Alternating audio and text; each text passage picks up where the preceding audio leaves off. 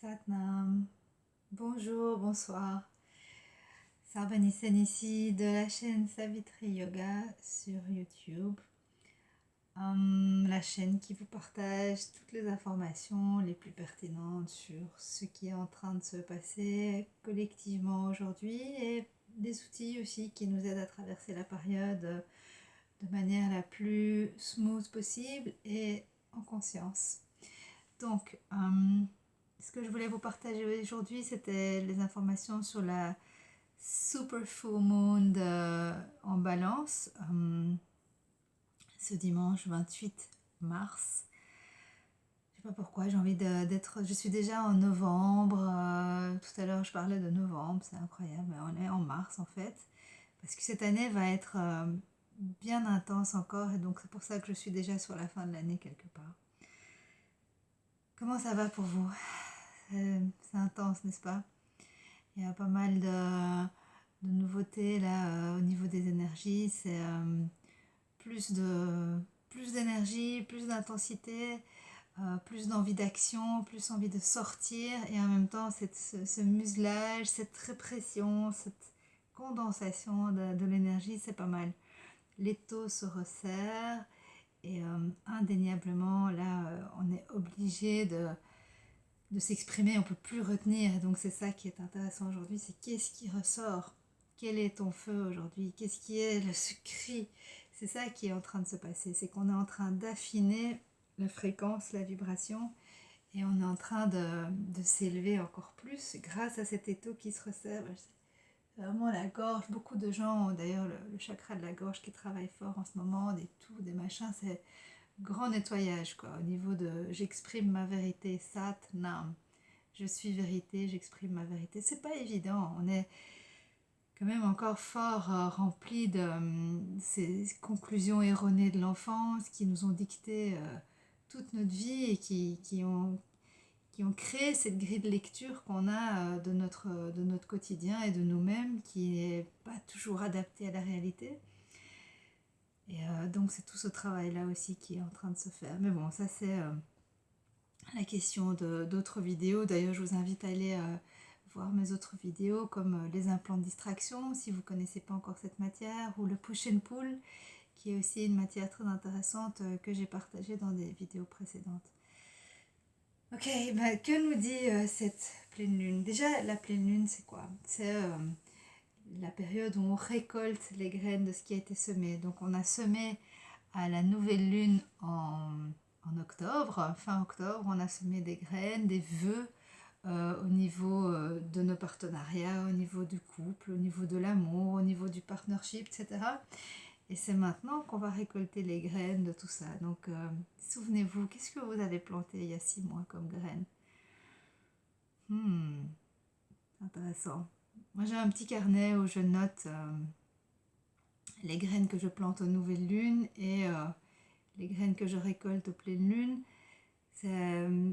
C'est étonnant, c'est intéressant, c'est pas toujours très flagrant non plus, mais ça vaut la peine de s'y attacher, d'y passer du temps parce que ça nous permet aussi de se mettre à niveau avec nous-mêmes, de voir un peu quelle est ma vision du couple aujourd'hui, quelle est ma vision de la relation aujourd'hui et du partnership. Et il y a 6 mois, comment est-ce que j'étais, dans quel espace est-ce que j'étais? Peut-être que vous avez changé, vous avez évolué, il y a des choses qui se sont transmutées, nettoyées, accordées. Voilà, c'est tout ça qui va se tramer là pour le moment. Donc la thématique du couple, la thématique aussi de la justice. Est-ce que tout ce qui se passe là autour de nous est juste? Est-ce que ça va s'ajuster? Qu'est-ce qui va s'ajuster? Comment est-ce que ça va se prononcer? L'opposition de base ici dans cette nouvelle lune, c'est donc la lune conjointe à l'ascendant en balance, en opposition avec Vénus, Soleil, Chiron et Cérès en bélier. Alors ça vous parle peut-être pas en maison 7. Donc la maison 7, c'est la maison du couple, c'est la maison de la balance. Donc on est en ping-pong en fait. Donc on est lune en balance, ascendant balance. Donc c'est un peu la carte de visite de ce qu'on montre aujourd'hui. On est dans l'harmonie, dans la recherche de justice, de justesse, d'équilibre, d'accord? Mais en même temps, cette vibration masculine qu'on a en nous, qui est équilibrée avec un féminin aussi, est très feu, très bélier. Chiron, le guérisseur blessé, conjoint à Vénus, c'est-à-dire que on peut guérir à travers l'amour, vivre la guérison dans le couple, pas mal de façons d'interpréter ça. Chiron est une planète naine ou une astéroïde très intéressante parce qu'elle nous révèle vraiment là où on peut grandir, là où on peut se guérir la blessure originelle. Alors, Chiron en bélier, c'est générationnel, hein. Chiron nous parle en général de la blessure d'identité. Donc, le bélier étant le premier signe du zodiaque, ça nous parle vraiment de la, la légitimité d'être, en fait. On est pas mal dans notre génération, hein, les 70 là, à avoir cette blessure-là. Donc cette légitimité, voilà. Donc oser s'exprimer. D'ailleurs, on est une génération d'adultes, je trouve, qui ne s'expriment pas beaucoup. En tout cas, sur la scène publique ou sur la scène politique. Donc c'est aussi ça aujourd'hui qui va se jouer. C'est qui sont les adultes responsables qui vont mener le groupe futurement. Pourquoi est-ce que ce serait toujours ceux qui sont là, avec lesquels nous ne sommes finalement pas toujours très d'accord ou plus tout à fait d'accord? Enfin, on va rester dans la balance, hein, dans quelque chose de consensuel, hein, comme toujours ici. Mais en même temps, voilà, nous sommes nombreux à être des adultes responsables aujourd'hui, avec notre perception, nos vues, notre éducation, notre parcours, avec autant de légitimité que ceux qui sont là. Donc pourquoi ne pas opérer une tournante, ou pourquoi ne pas commencer à révéler ce nouveau leadership. Alors d'ailleurs, leadership n'est peut-être plus le terme le plus adapté, hein. J'en parlais avec Brigitte Kessel encore aujourd'hui, qui est une coach extraordinaire aussi. Est-ce qu'on parle vraiment de leadership encore dans les nouvelles communautés? Je pense qu'on quitte le nœud sud en Sagittaire, les grands groupes, les institutions, enfin quelque chose d'assez lourd, des grands groupes justement, et on va vers un nœud nord en Gémeaux, donc des plus petits groupes, plus dans l'information, dans la communication, dans l'égalité, hein. C'est géré par Mercure, le dieu de la communication. Donc il y a quelque chose indéniablement, même astrologiquement, qui nous amène à rapetissir le collectif, qui apparemment est ingérable. On est beaucoup trop nombreux avec des opinions tellement différentes. Donc voilà, cette polarisation de la société, elle fait qu'aujourd'hui, on va effectivement aller rejoindre nos familles d'âme ou des gens avec lesquels on a des valeurs plus communes, et former des nouveaux groupes en autogestion, peut-être, qui sait. Voilà, ça c'est un petit peu pour l'aspect un peu plus nœud nord, nœud sud, plus macro. Cette nouvelle lune a évidemment les mêmes caractéristiques que les lunes précédentes, puisqu'il y a des planètes très lourdes qui sont dans des positions stratégiques. Notamment, on a Pluton en Capricorne, maison 4. Pluton, la planète de la transformation radicale. Vraiment, c'est le travail intérieur, le nettoyage de l'ombre. En maison 4, donc le clan, la tradition, les origines, la famille, enfin tout ça est profondément en travail. Donc l'occasion aussi de faire un bon karmique, j'ai envie de dire, en tout cas de travailler des choses qui nous précèdent même. On a Jupiter, Saturne en maison 5 en Verseau, qui seront encore un petit moment d'ailleurs. Donc c'est le pouvoir au collectif, l'expansion par le collectif. Jupiter, c'est vraiment cette planète qui nous parle de la croissance de l'être, mais aussi bien au niveau du collectif que personnel. En Verseau, ça donne des préoccupations liées à l'émancipation sociale, à la transcendance de l'institution, à amener vraiment de la nouveauté. Le Verseau est géré par Uranus, qui pour le moment est en taureau, d'ailleurs jusqu'en 2026. Hein. On a déjà ressenti les effets d'Uranus en taureau depuis 2-3 ans là. C'est celui qui vient, Uranus, c'est celui qui vient secouer le tapis sous les pieds. Alors, il vient secouer quoi durant ces années de cycle en taureau? Le taureau, c'est tout ce qui est le matériel, les fondations de notre vie, comment dire, physique. Le taureau, c'est le corps, c'est les préoccupations des plaisirs de la bouche, c'est l'immobilier, c'est la maison, c'est le travail, c'est tous ces départements de notre vie qui ont été secoués ces dernières années. Depuis 2-3 ans, nombreux d'entre nous ont déménagé, divorcé, changé de job, si pas les trois ensemble, en tout cas un ou trois ou deux. Donc c'est une période de grands, grands changements, quoi. Et ça continue hein, jusqu'en 2026. Uranus vient faire son travail dans le taureau. Donc on va encore voir pas mal de choses. Les astrologues que je consulte nous parlent carrément de tsunamis, de perturbations au niveau des plaques tectoniques. Enfin, il y a beaucoup de choses qui vont être renégociées, ou en tout cas au niveau de l'écosystème, mais aussi au niveau de la façon dont on mange, organique, la nature, le rapport à la nature, etc. Le taureau, c'est tout ça aussi, c'est un signe de terre, hein, donc c'est tout ce qui nous lie à la nature aussi. Voilà, ça c'était pour faire un petit tour des planètes lentes. Alors, un petit bémol de la période, si le reste était positif pour vous, eh bien c'est Mercure en poisson. Pas évident, Mercure en poisson, mais Mercure nous parle de notre perception intellectuelle, de notre façon de réfléchir, la grille de lecture, la communication aussi. Alors au niveau de la communication, c'est cool. Le poisson, c'est très diplomatique, c'est presque à la limite de la manipulation parce qu'il est extrêmement... c'est un signe d'eau, donc il est fort dans le ressenti, dans l'empathie. Il peut vraiment ressentir comment venir... vous travailler et collaborer avec vous. Donc ça nous donne une facilité de communication pour le moment, inspiration, imagination aussi, hein, toutes ces thématiques-là, puisque le poisson est entre les deux mondes, c'est celui qui est le plus proche du monde de l'invisible avec Pluton. Pluton qui sera plutôt lié aux ténèbres, à l'ombre, à l'obscur, et Neptune plutôt au divin, au christique et à cette énergie plus spirituelle. Et donc le bémol du Mercure en poisson, c'est qu'on ne voit pas très clair, puisque le poisson, il ne discerne pas réellement ce qui lui appartient, ce qui ne lui appartient pas, ce qui est de l'ordre du fantasme et de la réalité. En plus, il est conjoint à Neptune, qui est le maître du poisson, donc ça donne quand même une ambiance un peu floue. J'en ai parlé déjà il y a quelques jours. C'est pas le meilleur moment de prendre des grandes décisions, quoi. En plus, Mars est en Gémeaux.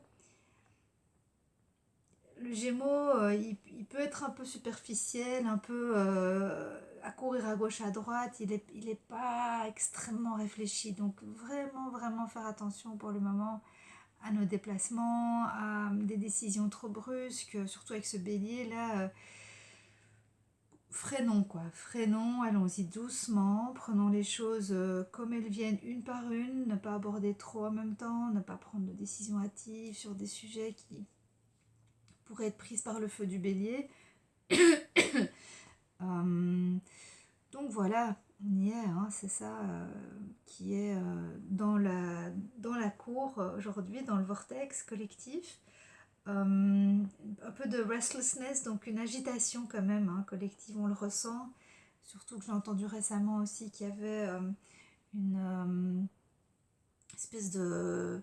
Comment ils ont appelé ça? Un cyclone énergétique, donc beaucoup de lumière qui arrive là en ce moment, des énergies de lumière. Et donc une agitation parce que ça vient réinformer le cellulaire, ça vient de nouveau augmenter un petit peu la fréquence énergétique, vibratoire, et ça demande des réajustements. Donc nombre d'entre nous sont encore très fatigués, moi-même je suis extrêmement fatiguée. Ce que j'ai oublié de vous dire et qui était quand même vachement intéressant, c'est qu'on a aussi la lune noire qui est conjointe à Uranus en taureau. Donc la lune noire, elle nous parle de quoi? Elle nous parle de l'excès, du talon d'Achille, de là où on chute. Donc on a une lune noire de naissance, hein, chacun a sa lune noire et sa part d'ombre. Voilà, s'il a un certain âge, il a appris à la connaître et à la gérer. Mais collectivement, on a une espèce de boulimie avec la lune noire en taureau, moi personnellement, je le vois avec une difficulté à gérer l'alimentaire. Vraiment une tendance à ne pas respecter mon corps comme je le fais habituellement en fait. Je suis quelqu'un d'assez straight avec mon alimentation, mon hygiène, etc. J'arrive à continuer bien sûr puisque c'est vraiment ma passion de rester dans ce continuum et de pas trop sortir parce que évidemment que j'ai expérimenté sur toutes ces années de pratique de la vie, de mon corps, ce qui me fait du bien, ce qui me fait pas du bien. Et donc je sais moi personnellement que le gluten me fatigue, que les produits laitiers me donnent des perturbations au niveau de la digestion et amènent des problèmes de transit. Le gluten pareil, quoi d'autre, les excès dans le sucre, voilà, et bien pourtant, pour le moment, et ça m'a vraiment fait plaisir de voir que c'était la lune noire parce que du coup j'ai pu vraiment tirer le truc. Peut-être certains d'entre vous ont ça aussi. Donc une difficulté à être dans une hygiène alimentaire tranquille, quoi. Donc reprendre la cigarette pour certains, reprendre l'alcool, être dans des plaisirs physiques, je ne vais pas dire inutiles, mais quand on est dans une certaine discipline de vie, voilà, on peut en reparler. Et d'ailleurs, je suis en train d'écrire sur le sujet, le sexe et les relations à l'ère du Verseau, c'est une thématique passionnante, hein. Est-ce qu'on consomme de la même façon? Et d'ailleurs, est-ce qu'on consomme encore? La relation, le sexe, etc. C'est des informations quand même, en tout cas des thématiques sur lesquelles on est en train de se pencher, ça c'est clair. On est en train d'évoluer. Je ne vais pas dire qu'on devient tous des tantriques qui maîtrisent la relation et la façon d'optimiser le potentiel humain pour le mettre le plus simplement possible. Mais je pense on va plus jamais vivre la relation comme auparavant. Voilà. Donc ça c'était la petite anecdote amusante. Et donc voilà, depuis que j'ai vu que la lune noire était en taureau, ben voilà, j'ai été revoir quelques informations de base et j'ai retrouvé ma routine. Donc dès demain c'est reparti pour le jus vert que j'adore mais que j'avais oublié puisqu'en hiver il n'est pas du tout conseillé. Mais là on est rentré dans le printemps donc allons-y. Donc si ça vous intéresse, envoyez-moi un petit message et je vous enverrai la recette du jus vert le plus délicieux, le plus nourrissant et le plus, je veux dire, détoxinant aussi pour la période, puisqu'on sort vraiment de l'hiver, là maintenant c'est le moment de redonner un petit coup de fouet au système. Voilà, je vais juste terminer en parlant de la nouvelle technologie de la conscience, parce que Pam Grégory en parle, et c'est une astrologue que j'aime beaucoup. Elle est très innovante dans son approche, et comme elle partage quelques informations, bah, je vais aussi vous en parler puisque je pratique Kundalini Yoga et que c'est vraiment la technologie du Verseau de cette ère-ci. C'est la technologie la plus apte à nous accompagner dans cette période. Et ça consiste en quoi? Bien, ça consiste en un travail sur euh, le corps au niveau musculaire, au niveau des asanas. Donc on fait des gestuels, des exercices très spécifiques, mais aussi et surtout sur la respiration. Et donc on a une technologie qui nous permet d'actionner des verrous dans le corps et qui nous permet d'activer la glande pinéale. Alors la glande pinéale, c'est le troisième œil, c'est ici. Et en activant la glande pinéale, eh bien, on a accès à une autre vision, à une autre lecture. On parle de 3D, 5D, je ne sais pas si vous êtes déjà familier avec ce concept. J'ai fait une petite vidéo sur le sujet, donc je vous invite aussi à aller voir. Et donc, c'est vraiment une technologie pour faire une expansion de l'aura, pour activer la glande pinéale, pour activer le système parasympathique, s'apaiser, se calmer, et du coup être dans un espace intérieur beaucoup plus dans l'amour, dans la gratitude, dans la joie, et revenir à cette paix le plus souvent possible. C'est vraiment la discipline qui nous est demandée aujourd'hui, surtout vu l'agitation extérieure, c'est de revenir à soi. Donc ce que je vous invite aussi, si ça vous intéresse, c'est de prendre contact ou d'aller sur le site savitri-yoga.com. Le 4 avril, on commence un nouveau groupe de routine pratique de 21 jours cette fois-ci, donc c'est plus court. D'habitude je fais 40 jours, mais ça on repartira en été sur un 40 jours, probablement après le 21 juin. Mais là sur le coup on part sur 21 jours, donc c'est vraiment un moment idéal pour se remettre dans un mouvement, une habitude, pour reprendre des bonnes habitudes, pour détoxiner le corps, faire une diète qui accompagne les 21 jours et se remettre en chemin pour garder un mental positif et paisible. Voilà, j'ai l'impression que j'ai parlé d'une traite, mais c'est parce que j'avais beaucoup à vous partager. Ça faisait longtemps aussi que j'avais pas partagé sur les lunes. Pardonnez-moi, mais c'était pas possible pour moi les derniers mois. Donc voilà, j'espère que je vais me remettre dans cette habitude parce que je pense que c'est important et nécessaire qu'on reste en contact et qu'on ait un maximum d'informations sur la période pour naviguer tranquillement. D'accord? Donc ne restez pas trop en contact avec ce qui vous perturbe. Restez bien dans un axe, dans votre objectif.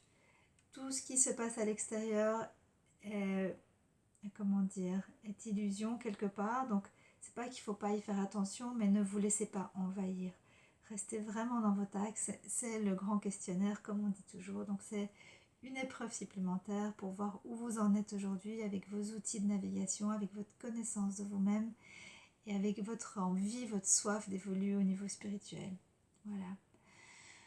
Je vous embrasse très fort, je vous souhaite bonne pratique, bon courage pour cette période et puis voilà, on est là pour vous, donc n'hésitez pas. Satnam.